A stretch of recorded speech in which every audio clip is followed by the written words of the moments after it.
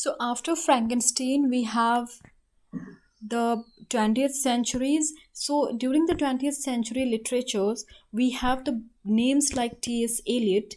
And while going back to the previous century, that is 19th century, there is a novelist which is very important, which is placed also during the later romantics, during the Victorians, for the Victorians, and also for the moderns, because he has the traits, the characteristics. His novels have the characteristics of all these centuries.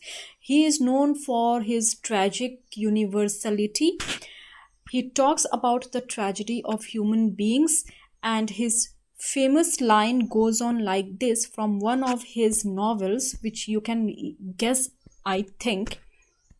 And the line goes on like this: Life is but a general drama of pain with a few episodes of happiness. So this is the line which is very remarkable when we talk about human existence. These are the lines from Thomas Hardy's novel. Which is the novel? I'll not tell you. You have to find out the novels on your own. Now come to the next point, that is literary criticism and theory. While talking about literary criticism and theory, let me tell you that you should not get confused with it. Always remember that as the students of literature, you should know the difference between criticism and theory. And I told the difference about criticism and theory in my previous lectures to the registered batch, so at least they should know there is a difference between criticism and theory. But in the layman's language, in an ordinary language, we often use the two terms as synonymous, but that usage is wrong because there is a difference between criticism and theory. They are not synonymous at all. Now coming ahead, we have cultural intellectual traditions. Means every theory is influenced by the contemporary cultural, socio-political, intellectual traditions or the dominant ideologies. Okay, remember Marxist critic Althusser, which is very important for UGC-NET and Ph.D. entrance tests also. He remains important for GATE as well, because when we talk about Althusser, he was the one who redefined the term ideology. Ideology for him, or he defined ideology as any dominant intellectual or any dominant idea, any dominant opinion existing at one particular point of time by any class of society. Okay, so ideology for him was not just a group of ideas which a person or a group has, but it was the dominant idea, the dominant opinions which dominated the culture and society, which shaped the culture and society at a particular point of time. So in literary criticism and theory, we have structuralism. That is how I have made the syllabus for you. We'll have structuralism, then post-structuralism, talking about Saussure and Ferdinand de Saussure, and then we'll go about talking about deconstruction theory, reader response theory, which is a part of and parcel of reader response theory only. But reader response theory has its own various dimensions, like the cultural reader response, psychoanalytical reader response, historical reader response, etc. So we will talk about all these in great details, because there are questions in UGC-NET and PhD tests also on these, and no doubt GATE will also have the questions on reader response. Followed by them will be Marxist analysis, where we'll not just talk about Karl Marx and Friedrich Engels, but go on to talk about simulacra, which is like the post-reality, the post-real era, which was coined by one of the Marxists only. Then talking about hegemony, coined by Antonio Gramsci in Italy. These are the phases of Marxism which we have to talk about, coming down to the present age of the post-truth or post-real media, okay, of televisions, magazines and all. Then we have the post-colonial theory, which becomes very important while talking about the Anglophone literature. Remember, Anglophone literature actually is the study of the development of English in literature or in society. So here we will talk about the criticism faced by English as a language and culture during the colonial and post-colonial ages. And before the colonial age also, English as a culture faced many threats from the French culture, from France, from Spain, Germany, so on and so forth. So we will come down to the Marxist analysis of English as a language as well, and post-colonial literature, post-colonial analysis and criticism, wherein we have to talk about Ngugi wa Thiong'o. He is a very common name for almost all the examinations you can imagine in English, as a linguistic critic, as a languagist, and as a post-colonialist. Some of the key words which we have to talk about while studying Anglophone literature are literary criticism of English as a language, criticism of English as a culture, linguistic imperialism, linguistic domination, linguistic colonialism, so on and so forth. Then comes the English translation part. English translation, from this section, I'm sure you won't be having more than one question in multiple choice type or multiple select type. But yeah, be rest assured to read a few theorists. I'll give a detailed list of the theorists, important theorists of English translation. And remember that English translation as a study is nothing new.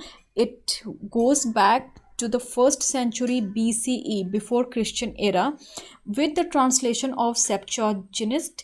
It was the religious book of the Jews who had forgotten their language, and so this text was translated into the Greek language so that the new Jewish people can access the text. Okay, then come to Dryden's theories of translation, James Macpherson's theory. These are very important because Gate has already told you to read about English translation, and even if you don't read, then that's not the fault of Gate. So you have to read this. Coming down to Fitzgerald's translation of Omar Khayyam, the Rubaiyat of Omar Khayyam. So these are some of the very key points as far as translation is concerned. Next key point is literatures from India. So it has 3 sections basically. The first one is Indian literature, where the authors may or may not be Indian, the languages may not or may not be Indian, but the content, the focus has to be on India and its diaspora. Indian diasporic literature written by Jhumpa Lahiri and others, Anita Desai, these are also parts of Indian literatures. A common man would just simply say literatures from India or Indian literature, but as students of literature, of English literature, you should be able to define the difference between these three, between literatures in India, between Indian literature and Indian literature in English, or Indian writing in English. Okay, second one is literatures from India, means these are written in India only, in Indian languages, and then translated into English. The third type of literature associated with India is Indian writing in English.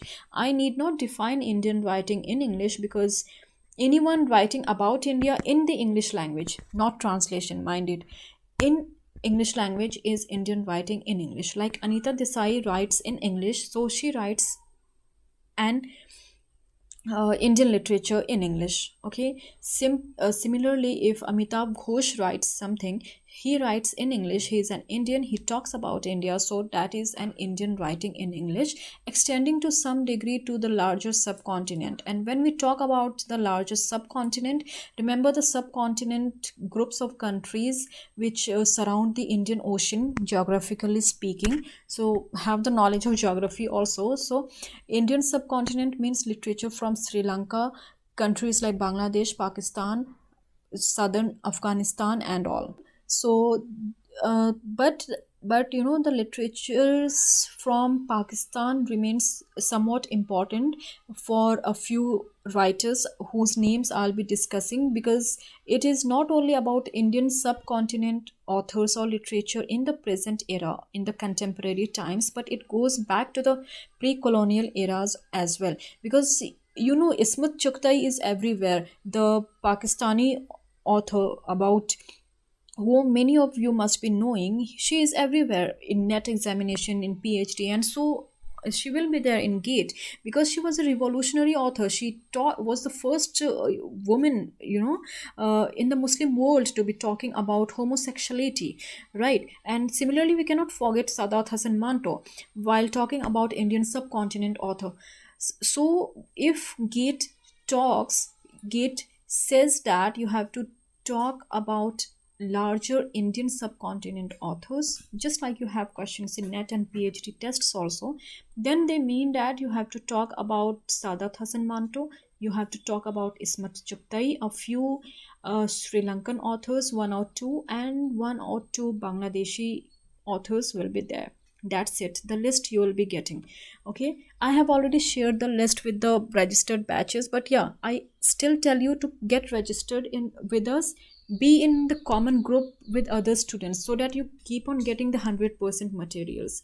Although we want to help you, but then the point is that it's really difficult to share the contents at different places on different platforms. Okay, however, now come to the next point, research approaches and methodologies. Here, the students of ELT, that is English language teaching, and linguistics will be able to relate to this. NET introduced this as a new topic for its examination, UGC-NET, and so GATE has it. There is nothing to be surprised about this. And in this part, research approaches and methodologies, we don't only have to talk about the research, how to do research in English literature, because that is not a very special kind of thing. But what we have to talk about is the types in which English is taught, English as a language, not as a literature. So this part has been introduced so that the candidates and also the professors who are teaching them, they should be able to talk about English as a language as well, because primarily any literature comes from a language, a well defined language. So ESL, like in teaching of English as a second language, TESOL, right? English as second language, English for professionals, these are some of the newly coined terminologies, technical terms associated with research approaches and methodologies in English. And therefore, we have the literary forms, because any language without literary forms cannot exist, and there is no language in the world without literary forms, obviously. Uh, and then literary devices, like the various devices, primarily speaking, everyone knows about simile and metaphors, but they are not limited to similes and metaphors only. You have to go to talk about the Japanese influence on English literature, the phonemes and morphemes, and similarly, then linguistics and phonetics as study of English language are very important. And in one of the lectures I talked about the different types of phonemes. Try to find it, or you can contact us, I'll provide you with that definition.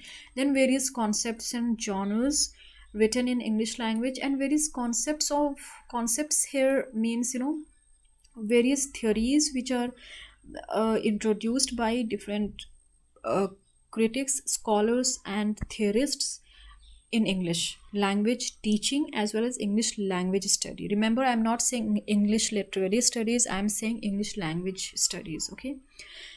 Then the last one, wow, this is really nice because everyone talks about this only in all the examinations. History of English literature, very conventional, traditional, well known, your favorite topic. So it's a history of English literature which is there, which has to be there. I don't know why they have kept it at the end, but this should be actually at the top. But anyways, not don't be afraid with this again bulky phrase, because when we talk about history of English literature, it is like, oh my god, there are so many things, it is never ending, it cannot end. So it is all about luck by chance in the examination. But it's not just about luck by chance, it's about collection and selection. Remember, in research we have the deduction theory, deductive approach, where you have many things, you come down to one particular thing. Okay, so keep deducing the things, delete other irrelevant things. And because I always tell the students, it is not important to know what you have to read. What is more important is to know what you don't have to read, so that you can save your time, you can save your energy.